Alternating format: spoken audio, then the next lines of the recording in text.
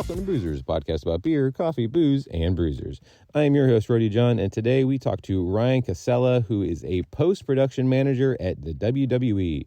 We talk all about his background working at WWE and even some Connecticut breweries. That's right, SummerSlam is happening this Saturday. It is going to be from Cleveland, Ohio. Definitely make sure to check it out. And Ryan talks about some amazing SummerSlam production work that you are going to see at SummerSlam. So I'm very much looking forward to that.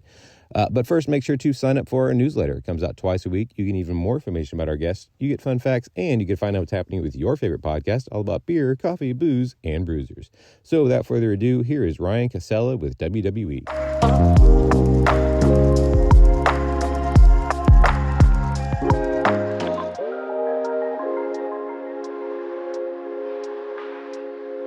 I would like to welcome to the show Ryan Cassella. How are you doing today, sir?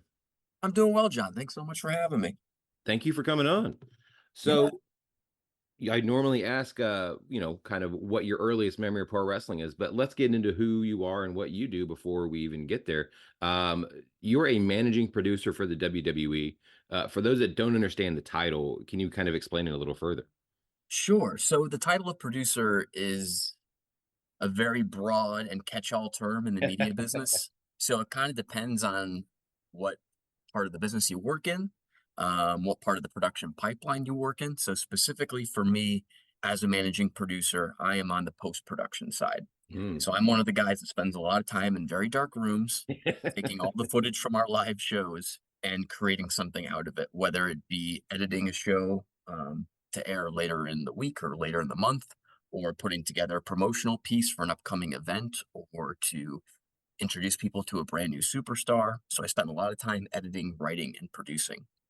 And the managing part is one of my favorite parts of the gig right now, which is teaching and being a sounding board for this awesome generation of kids that we have coming in who are immensely talented and have grown up very media savvy.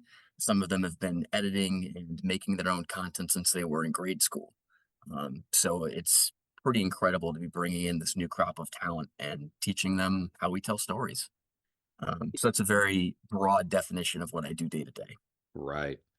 I imagine that, like you said, the managing part is most definitely probably one of your favorite parts because, like you said, there are so many, we'll say kids because, we're older, so we can say kids. Sure. Yeah. I mean, we're not, dismissing them by any stretch of the imagination. They're just younger. So that's why the kids term makes a lot more sense. But like you said, they grew up with this stuff. Like they were born into it, like a lot. So I'm about to be 41 and I know, when I was going through school, we had computers not in the classrooms, but there was a different room for the computers, and we would play stuff like Oregon Trail and learn how to type and do all that kind of stuff. Now you can, you're doing all editing, not all editing, but you can do so much editing on your phone. I mean, they have, actual full-length movies out there that were recorded, edited, and done everything on their phone. And so now with people having, not only doing it on their phones, but they can then do it obviously on a bigger scale on laptops and, still people using, desktop PCs. It's just Sure. like a normal part of their day. It's, they could just wake up and literally video everything they've done that day. And then throughout the day, just be editing it and putting it all together. And by the end of the day, they have an entire little short about what they did that day. Absolutely. The tools available now. I'm right in the same age group as you, John. I'm Okay. 40.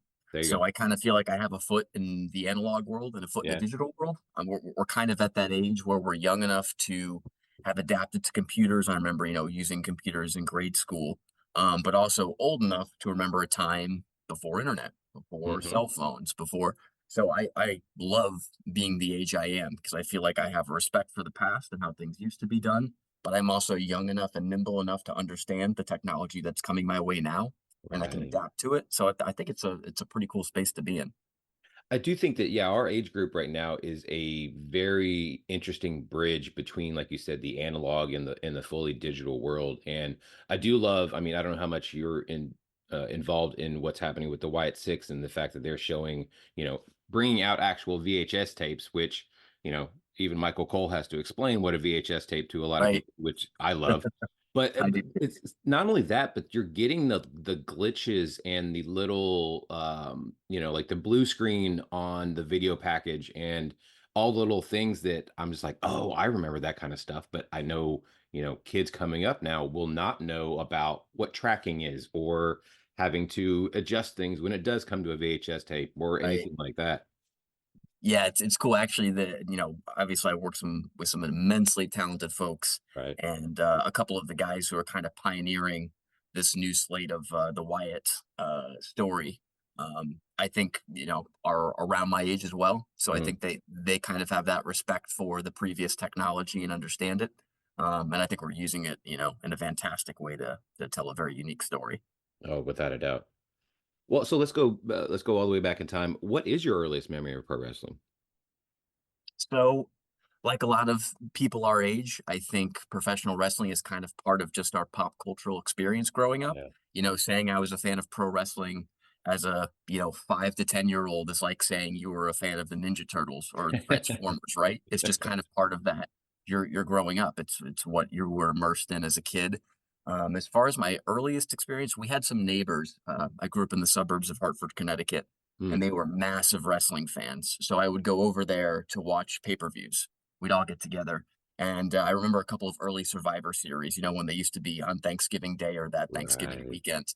And I just remember going over maybe after a big Thanksgiving meal and watching some of those late 80s, early 90s Survivor Series shows. Jeez. And I think, like a lot of things, like I think whether you're a fan of film or sports, or reality TV. I think so much of it goes back to these memories of being with other people, it being a Hmm. very social experience and kind of experiencing the drama and the athleticism and the characters with other people. So there's definitely some nostalgia there for sure. Oh, without a doubt. Now, this isn't your first time working with WWE. You worked with them early in the 2000s. How did you initially get with the WWE? So it was my first paying gig in the business. Ah, Um, a little bit of background. I did not go to school for production or media or even communications.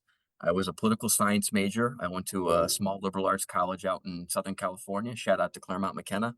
And, it was a big poli sci school. Figured I'd work in politics, become a speechwriter, work on a campaign, live in DC, and graduated and really didn't know what I wanted to do with my life. But I always had a big interest in media and production. Did a lot of theater, and some film stuff in college as well. But I guess I never really put two and two together that I could make a career out of it until after I got out of school, and then really just started digging into this idea of trying to make a career out of production, even though I didn't have much of a background in it, at least academically or with a major, and just started looking for things. Like I was back in Connecticut, the Hartford market, and just started looking for anything and everything just to learn.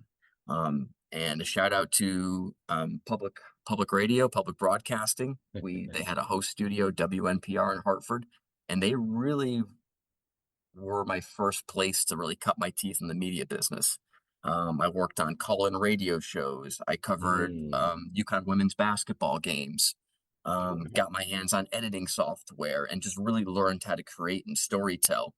And the beautiful thing about working in public broadcasting, I always tell people this who want to break into the business, is that funding's limited. So if you have ideas and you have the energy and you're willing to spend the time, they'll let you do whatever you want.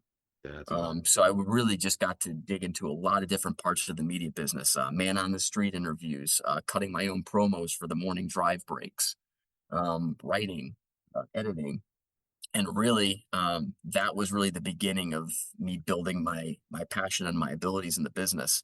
So did that for multiple months. So my pattern of living was spend as much time in the studio as I could during the day, work the second shift in retail to pay my bills, sleep when I could, rinse and repeat.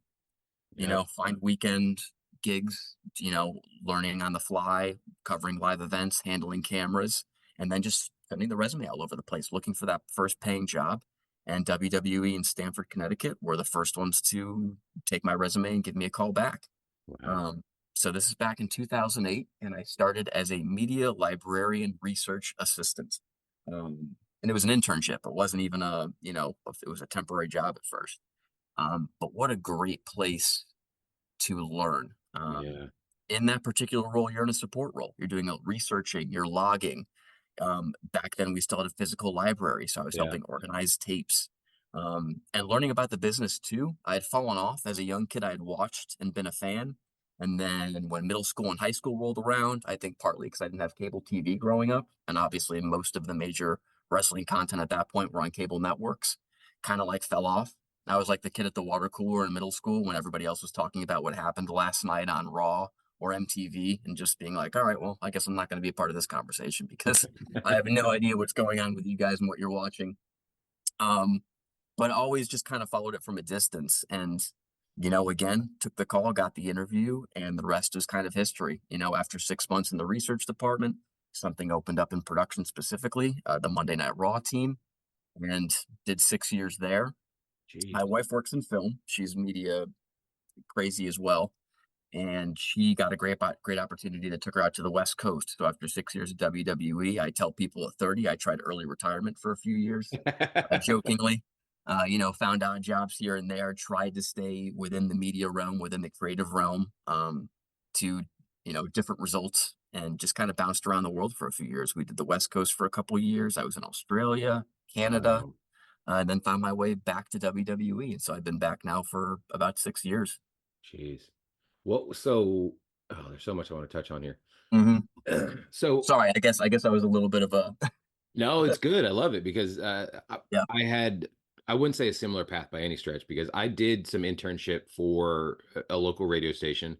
And I think I'm always curious about the whole radio world because I've always still loved it. But I mean, how much am I actually listening to terrestrial radio anymore? Am I tuning in at any point?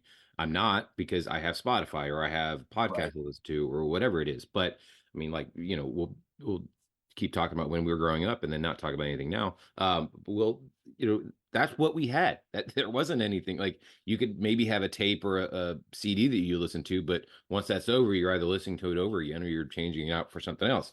So the right. radio was where especially if you wanted to go to a concert, you maybe win free tickets, or you didn't know a concert was coming and somebody would tell you, the radio person would tell you, or there are so many great DJs out there that were in fact like telling stories or doing comedy bits or like you said, man on the street stuff. And so I do kind of wonder how much that's kind of not missed out now, but I think it's just transferred over to a different part of social media where, we have, I mean, hell, that Hawk Tuohy girl is basically a guy on the street that landed a great soundbite, and now that girl's Right. super famous.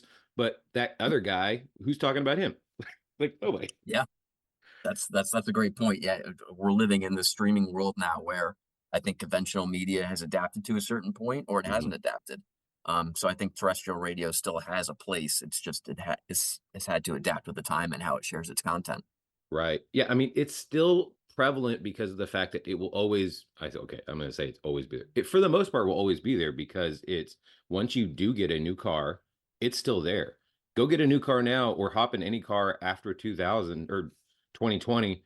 Good luck finding a CD player. It's not there anymore. Like Yeah, you have to plug everything in now, or it's all, you're Bluetoothing it all. So, physical media when it does come to let's say just cars in general but like computers as well, like I happen to have a laptop right now that is old enough that still does have a CD little slot for it. However, my other laptop for sure does not.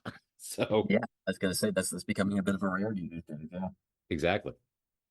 But I love that you were just, I mean, it's all about that grind too. It's just getting the hours in, the experience. It's just getting the reps in, really, because Oh, doing it over and over again, once you get really good at it, not that you stop, but you then have to, evolve to other things or, doing a little bit what you said now, helping teach other kids, be like, okay, I know the way this might be a simpler way for you to do this, or might be a shortcut for you to do this. Cause, as we were growing up with the technology, we had to start kind of adapting and bubble gumming it and shoestringing everything together to make it work to where people didn't maybe see the imperfections that we know are there